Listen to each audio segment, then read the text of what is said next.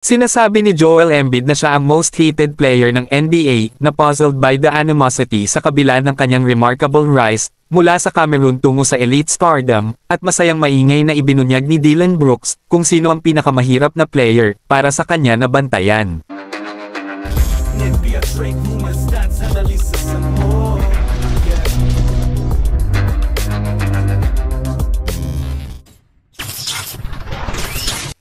Ipinahayag ni Joel Embiid, ang star center para sa Philadelphia, claimed to be the most hated player sa NBA.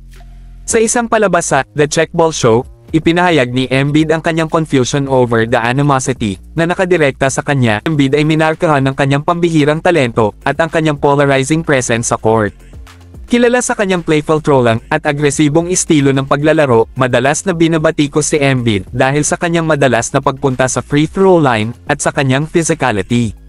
Dahil dito, tinawag siyang foul merchant mula sa mga kritiko. Sa kabila nito, nananatiling naguguluhan si Embiid sa negativity, sa paniniwalang ang kanyang journey mula Cameroon hanggang sa pagiging sikat ng NBA ay isang bagay na dapat ipagdiwang sa halip na kondenahin. Talagang remarkable ang kwento ni Embiid.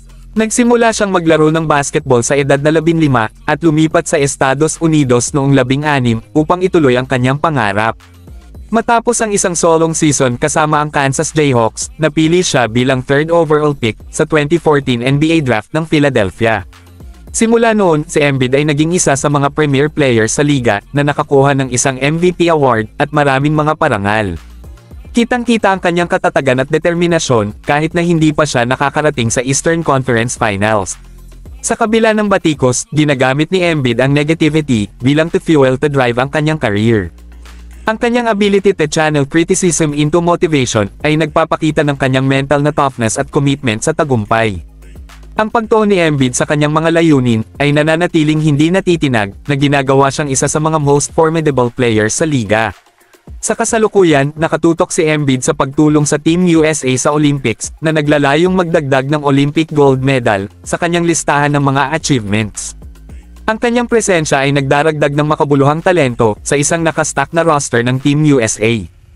Ang rise ni Embiid sa pagiging sikat ay extraordinary, at patuloy siyang naglalaro sa isang elite level sa kabila ng nararamdaman ng mga fans tungkol sa kanya.